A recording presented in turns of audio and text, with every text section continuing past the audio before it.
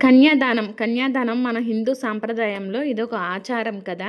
అందరికీ తెలిసిందే. అయితే కన్యాదానం ఒక కుటుంబం నుండి ఆడపిల్ల మరో కుటుంబానికి బదిలీ చేయడం.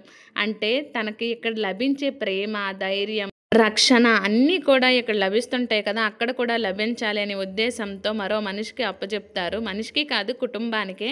ఆ టైంలో కన్న తండ్రి ఆవేదన ఎలా ఉంటుందో తెలుసా? ప్రతి ఒక్క చిన్న చిన్న జ్ఞాపకం పుట్టినప్పటి నుండి తన జ్ఞాపకాలు గుర్తొస్తూనే ఉంటాయి. ఎంతో గారాబంగా పెంచుకున్న ఒక ఆడపిల్లని వేరొక కుటుంబానికి అప్పజెప్పడం అంటే చాలా కష్టమైన పని అదైతే మాత్రం. ఒక 2 రోజులు వేరే వాళ్ళ ఇంట్లో ఉంచడానికే ఎంతో భయపడతాం, జాగ్రత్తలు తీసుకుంటాం. అలాంటిది ఒక కుటుంబంకే పంపిస్తున్నాం లైఫ్ లాంగ్ అంటే ఎంత బాధ ఉంటుందో ఆ తండ్రికి అసలు మాటల్లో చెప్పలేమన్నమాట.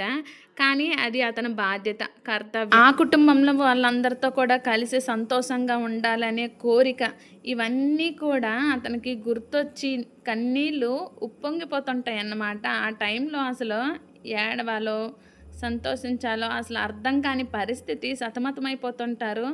అందువల్లనేమో ఎప్పుడు మగవారు అసలు ఏడవరు. కానీ ఆ టైంలో మాత్రం కన్నీళ్ళు కంపల్సరీ వచ్చేస్తుంటాయి. ప్రతి తండ్రికి కూడా కొడుకు కంటే కొడుకు పైన ప్రేమ ఉన్న కూతురికి ఎక్కువ సపోర్ట్ చేస్తారు. ఎక్కువ అభిమానంగా, ప్రేమగా చూసుకుంటారు.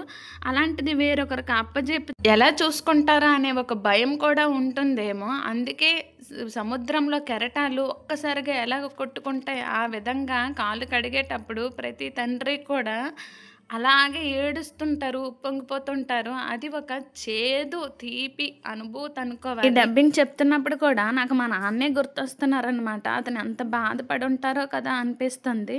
ఇలా మీ మ్యారేజ్ టైంలో మీ నాన్నగారు బాధపడడం మీరు చూసారా మరి?